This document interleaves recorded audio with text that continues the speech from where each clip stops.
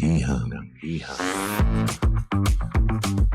Ang pinakamakulit na girlfriend mo sa balat ng radyo. Isang magandang morning sa inyong lahat! Ako pa rin po nag-iisang girlfriend mo sa radio. My name is Lindsay. Makulit pero may puso, handang makinig sa mga kwento mo. Alam mo, feeling ko kailangan mo na siyang iwan kasi it doesn't make sense. Ang kwento sa lihim ng liham.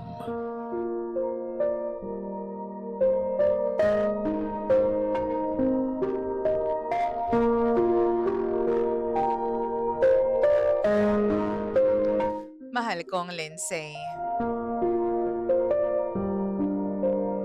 Tawagin niyo na lamang po ako sa pangalan na Jing. Palagi po ako nakikinig dito sa programa ninyo at talagang hinihintay ko po ang lihim ng liham.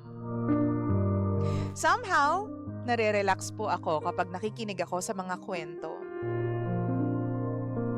Kaya please allow me to share my personal story. At sana kapulutan po ng aral ng mga pangga natin.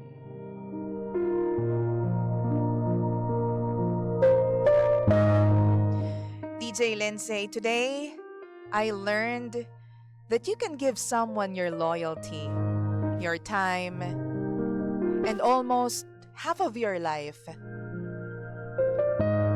Pero kapag hindi pa rin ikaw yung nakikita nila na pakakasalan nila, kahit pa gaano ka maghintay,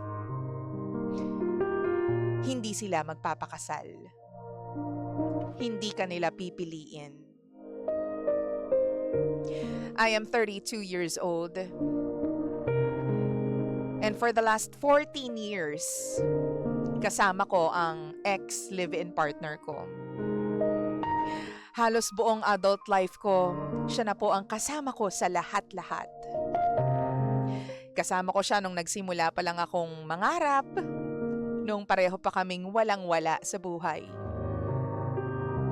At noong unti-unti naming binubuo ang buhay namin, hindi namin binitawan ang isa't isa.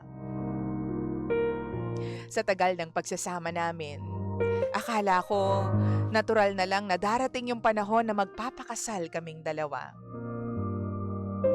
Hindi man agad, pero naniwala ako. Naniwala ako na darating din kami sa part na yon. But the problem was, he never believed in marriage.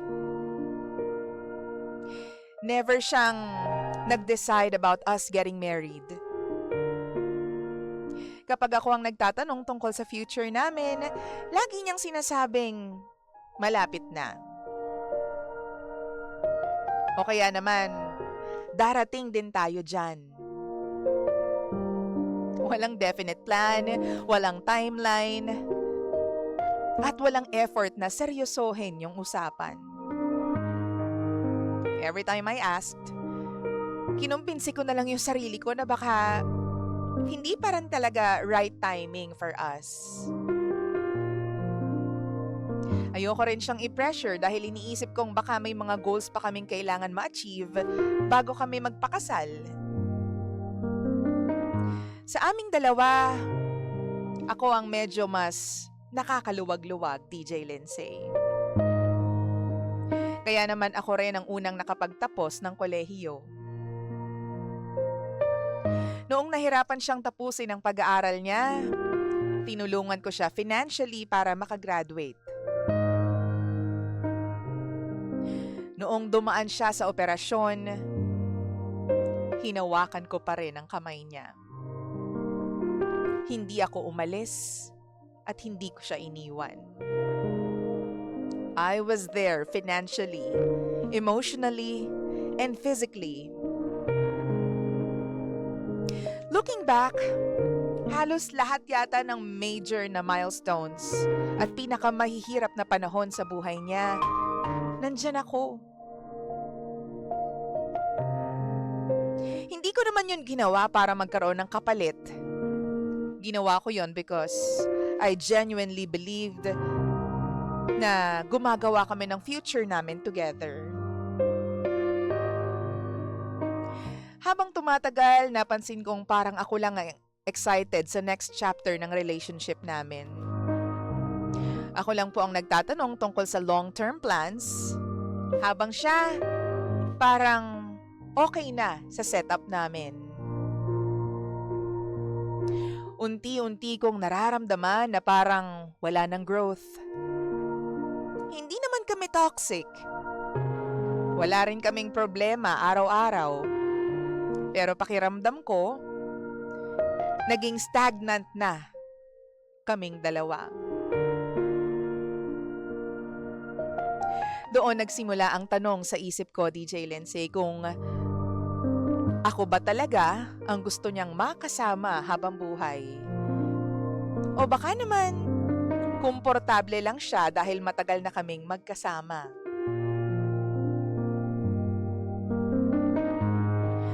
Two months ago, ako ang nakikipaghiwalay.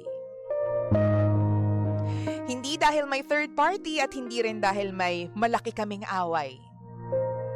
Ang totoo, napagod na lang ako. Napagod na lang akong umasa sa future na parang ako lang ang naghihintay. We ended things peacefully, DJ Lindsay, kahit sobrang sakit para sa akin. Tinanggap ko na baka magkaiba lang talaga kami ng direksyon at baka hindi talaga kami pareho ng gusto para sa future. And then today, may nalaman ako na hindi ko talaga in-expect. DJ Lindsay, may girlfriend na pala siya 1 month after our breakup. At ang mas nakakagulat, ikakasal na raw sila 2 months from now. Hindi ko maipaliwanag yung nararamdaman ko nung marinig ko yun.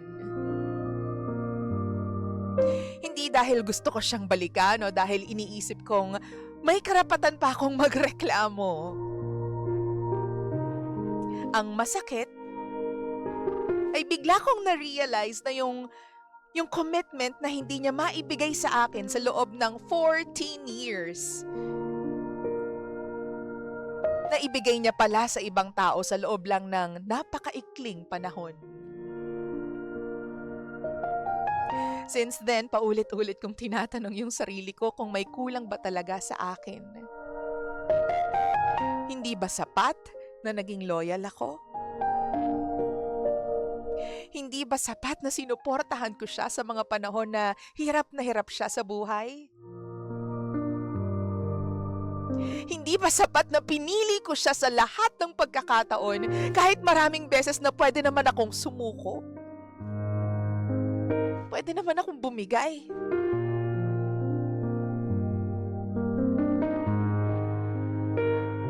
Alam ko yung mga tanong na yon siguro hindi na masasagot.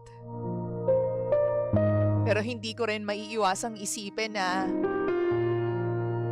tao lang siya. Tao lang din ako. At the same time, alam ko rin hindi totoo na kung hindi ako nakipaghiwalay, baka ako na yung pakakasalan niya. And deep inside, alam kong hindi yun ang mangyayari, DJ Lindsay. Ramdam ko. Kung tutuusin, yun nga yung dahilan kung bakit ako umalis. Dumating na ako sa punto na na-realize kong ilang taon na yung lumipas. Pero pareho pa rin yung sitwasyon naming dalawa. Wala namang pagbabago eh.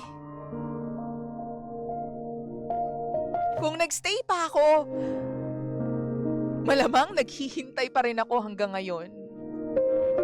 Hinihintay ko pa rin yung soon at darating din tayo dyan.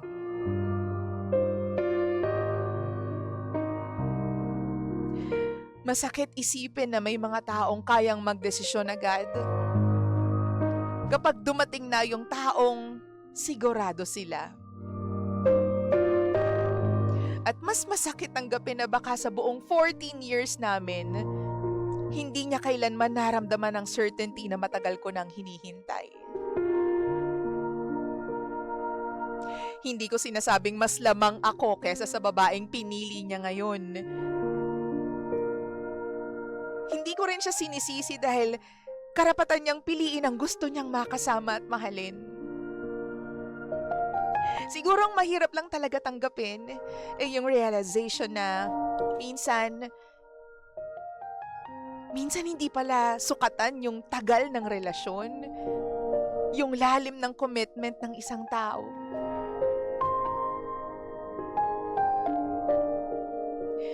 Unti-unti ko na rin pong tinatanggap, DJ Lindsay, na hindi ko talaga kontrolado ang naging desisyon niya.